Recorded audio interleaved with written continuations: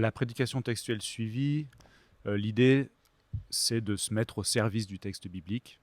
Et donc, comme je le disais juste avant, de considérer que notre rôle en tant que prédicateur est de transmettre un message qui est déjà là, qui est déjà dans le texte, qui est déjà consigné dans les Écritures. Et donc, on veut être un vecteur, un communicateur ou un communicant de ce texte. Euh, et on dit prédication textuelle parce qu'on prend un texte particulier de la Bible pour en exposer le message, et on dit prédication textuelle suivie pour dire qu'en fait, on va parcourir de cette manière des livres entiers de la Bible, ou des sections entières de la Bible qu'on va d'habitude découper en plusieurs prédications.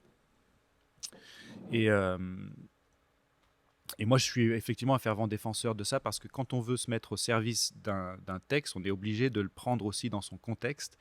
Et souvent, c'est rare qu'on va prêcher sur un livre entier de la Bible en une fois, sauf si c'est un livre très court. Mais du coup, pour bien comprendre chaque section du texte, il faut le prêcher dans la continuité de ce qui précède et de ce qui suit. Et c'est comme ça qu'on peut vraiment, à mon avis, recevoir autant que possible, du moins la pleine richesse du texte biblique.